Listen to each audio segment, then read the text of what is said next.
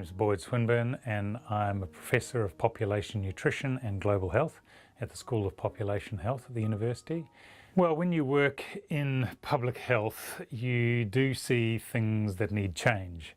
And if that's the area that you're working in, what your research is showing, then almost by nature you have to become involved in trying to improve things, because that is the nature of public health.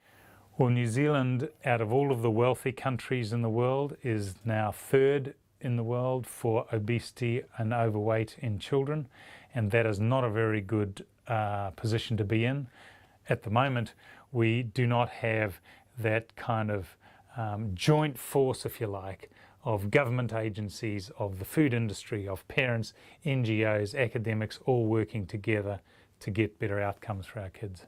Well, I'm an academic. I do research and I do teaching, and that's a core part of my job at the university. But I also have a job in the service role where I need to translate what I'm learning from my research into action.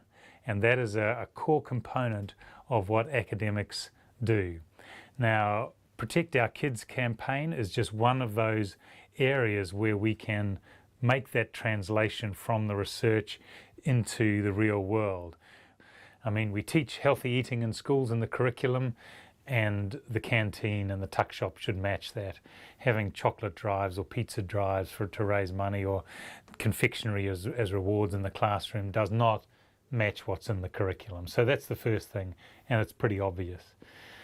The other things that are pretty obvious are health star rating systems, which have been agreed upon for front of pack labelling so that consumers can see what's healthy and what's not. That needs to be widely implemented by the food industry, so that is another no-brainer. A third area is in restricting junk food marketing to kids. Now, that is a tough area because in general the food advertisers and the people whose products are on there have been fighting that tooth and nail.